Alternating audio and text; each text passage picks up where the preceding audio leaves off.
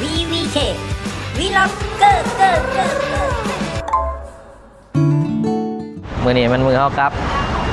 บ๊ายบายเด้อเจอกันบ๊ายบายโอเคบ่ลืมยังกระเป๋าลงหรือวะไปเร่งอัปเดตด้วยนะไปเร่ง อัปเดตยังไปเจอกัน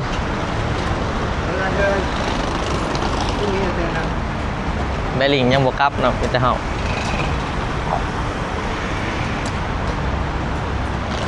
เปล่าตอนนี้เขาอยู่สุวรรณภูมิ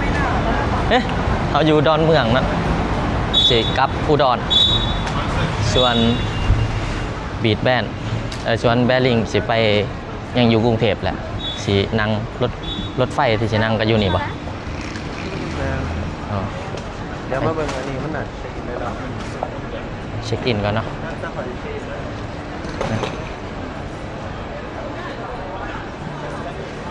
คนร้ายจัดบ่คืออยู่ฝุ่นเนาะอยู่ฝุ่นคนบ่ร้ายปานใดก็ไม่ใช่ที่พลาดย้อนสร้างเห็นปะ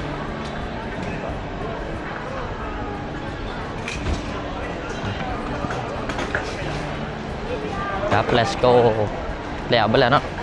อัดเพลงแล้วก็ถ่าย MV เรียบร้อยแล้วนั่นกลับไปหานิวตี้ถ่ายอยู่บ้านแม่นเนาะเห็น FC ถามว่านิวตี้ไปใส่นิวตี้ถ่ายอยู่บ้านแม่นเพราะว่ามาแต่คนเดียวเด้มากับมาแป๊บเดียวบ่ได้มาโดนบ่ได้ไปลินใช้อีกก็เลยว่าบ่ได้เพื่อนแล้วเราแต่มันจะเป็นแค่ใบอย่างนี้ครับไม่มีโหลดครับอยากพิมพ์เป็นกระดาษไหมครับน่าจะง่ายกว่าก ดตรงตู้ค่ะแชร์เอเชียแล้วก็มีพิมพ์กับพิมพ์ผ่านแล้วก็กรอกรหัสก่อน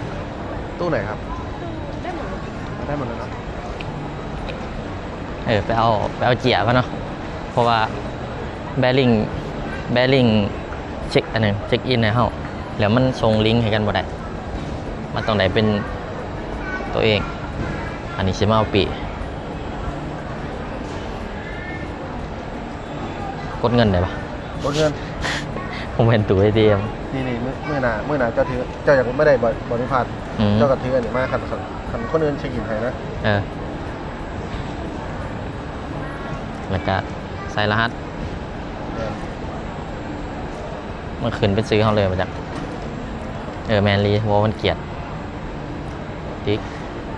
เคลียร์ยืนยันสแกนมันไหน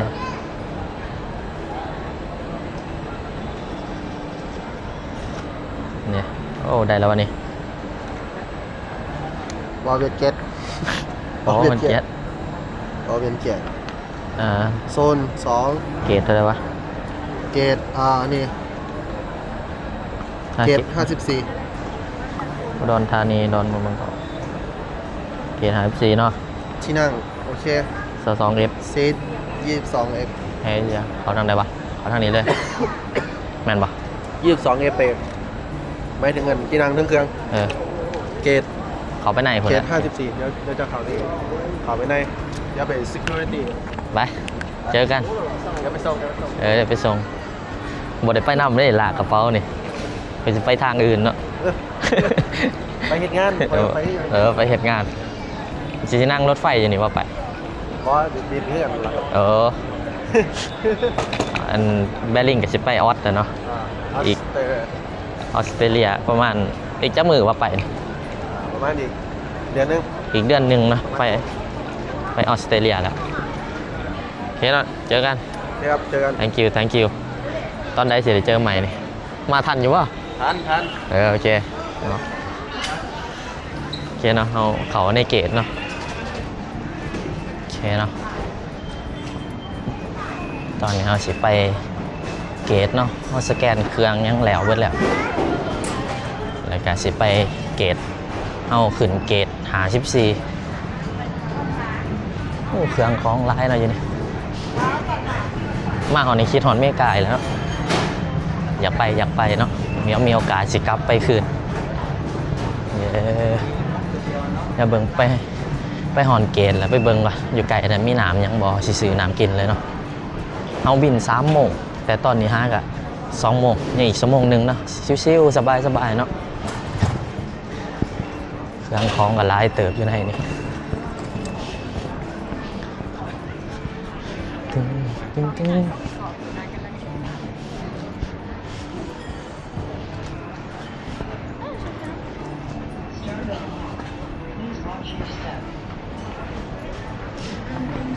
กรด54อยู่ในนี้อาหารต้องแพงกว่าอยู่นอกอยู่แล้วเนาะเป็นเรื่องปกติเพราะว่าอยู่ในสนามบินเลย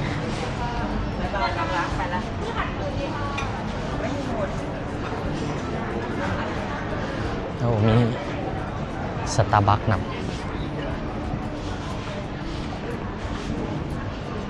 ตึงเกรด54โอ้ยังไกลอยู่เนาะเขาไม่ได้เขาเกรดจำตอนนี้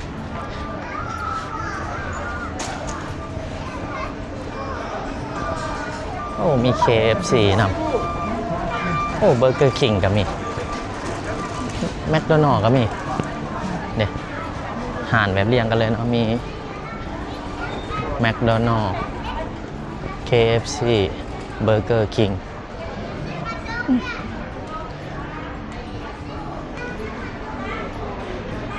กินแฮมเบอร์เกอร์บ่เทสเบิ่งราคาเท่าไหร่วะเบิ่งราคาก่อนนะ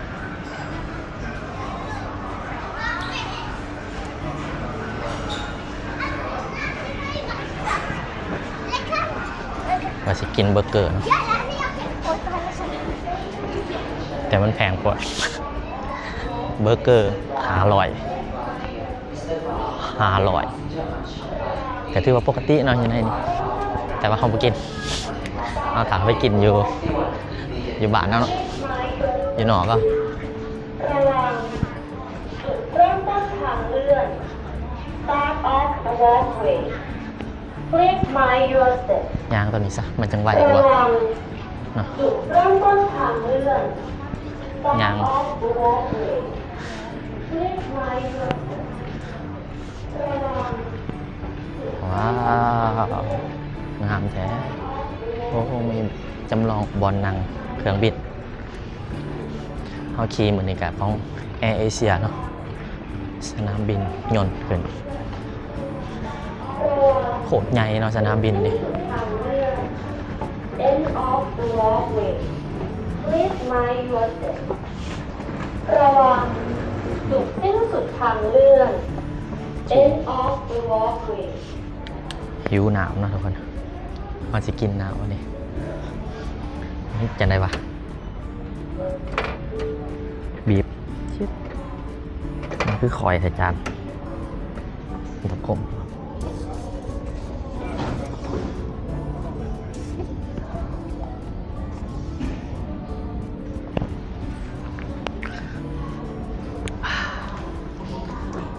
แล้วไปเนาะ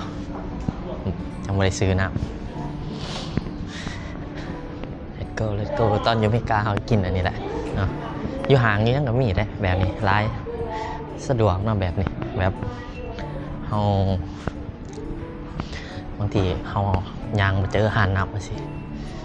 กินอยู่นี่ก่อนบางทีหิวน้ำแห้งเนาะเขามาเจอกาแฟดาวอยู่นี่พอดีแล้วเขาจะซื้อกาแฟดาวกินเนาะน่าจะบริกินกาแฟกินน้ำแนวอื่นเนาะราคาโอเคเนาะเกิดคันชิวซ้ำเดียวก็ราคาอยู่แล้วคือกว่าจะว่า100อยู่หันไม่ได้60-70 พันกาแฟดาวนี่ของเจ๊ดาวเหืองอยู่ปากเซ่เรามาเปิดสาขาอยู่ดอนเมืองมีน้ำยังปะมีช็อกโกแลตน้ำมะพร้าวสมปัน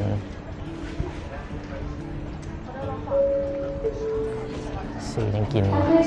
ซามะนาวกินซามะนาวเนาะมันจะสดชื่นซามะนาว85 บาทเบิ่งมียังกินของกินเขากินเขาแล้วเนาะกินอิ่มแล้วโอเคตอนนี้เรากำลังเกต54แล้วนั่งถ่ายอยู่นี่เนาะได้มาแล้วซาดาวบลูเบอร์รี่แซ่บเลยเป็นหวานๆสมๆเนาะเป็นของกินหมักบลูเบอร์รี่เสือก็ใส่เสือเกาว่านนี่เนาะเพราะว่ามานี่บ่ได้เอาเครื่องมาหลายเด้ใส่คิดว่าสิ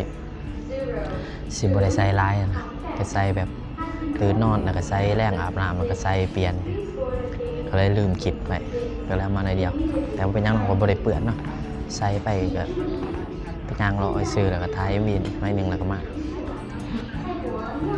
ครับนั่งทาเนาะประมาณ3 โมงบินตอนนี้ก็ประมาณ2 โมง 18ยังโดนอยู่เนาะเดี๋ยวนั่งดินตัดคลิปยังทาเนาะทุกคนเนาะเจอกันทุกคนอุดรนิวตีสิมาครับกับแม่นาเนาะกับป๊อปแล้วก็ไปส่งอยู่ด้านขามลาวเลย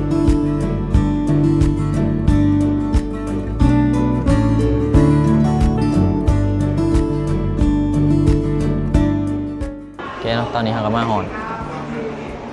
ดอนเมืองเฮ้ยโมแมนมาหอนอุดรนะเนาะบินมา1 โมงเนาะขึ้นไปกับรับบัตรรับมื่นตาตัวหอนเลยเนาะตอนนี้เขาก็ถาแม่นาครับถานิตีมาหับเนาะมาแต่สกลนครพอเอาอยู่อุดรเนาะเดี๋ยวจะน้อยมาหอนปุ๊บเขาก็สิขามไปลาวเลยบางทีกันนะจะแวะกินเขากินยังก่อนเนาะโอเคอ้าวด้านแหละเจอกันเด้อ ไปโชคดีพ่อกันอีกเที่ยนึงข้าไปเลาะเชียงใหม่ เตรียมเราไปอยู่เชียงใหม่ได้ป่ะนี่เอ้ากลับก่อนอันไม่กล้าเขาลากันจะได้ก่อน กอดกัน เสียเด้นะโย เอาไว้โอ้ยเศร้า อะไรเรียกลาบแบบบานๆเนาะเอาไป